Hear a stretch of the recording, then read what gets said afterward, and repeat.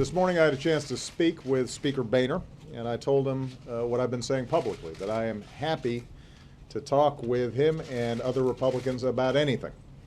Not just issues I think are important, but also issues that they think are important.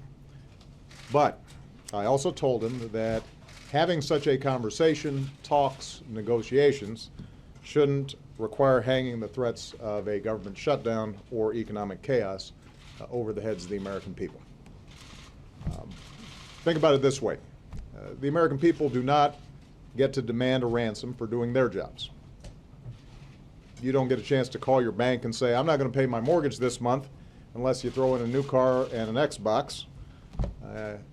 If you're in negotiations around buying somebody's house, you don't get to say, well, let's talk about the price I'm going to pay, and if you don't give me the price, then I'm going to burn down your house.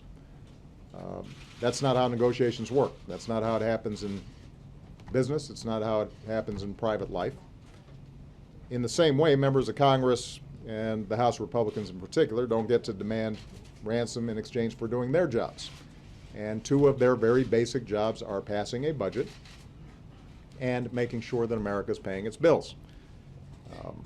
They don't also get to say, unless you give me what the voters rejected in the last election, I'm going to cause a recession.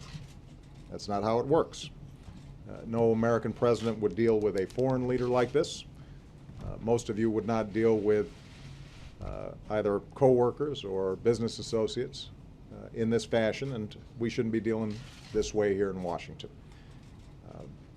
And I've heard Republicans suggest that, well, no, this is reasonable, this is entirely appropriate, but as I've said before, imagine if a Democratic Congress threatened to crash the global economy unless a Republican president agreed to gun background checks or immigration reform. I think it's fair to say that Republicans would not think that was appropriate. So let's lift these threats from our families and our businesses, and let's get down to work.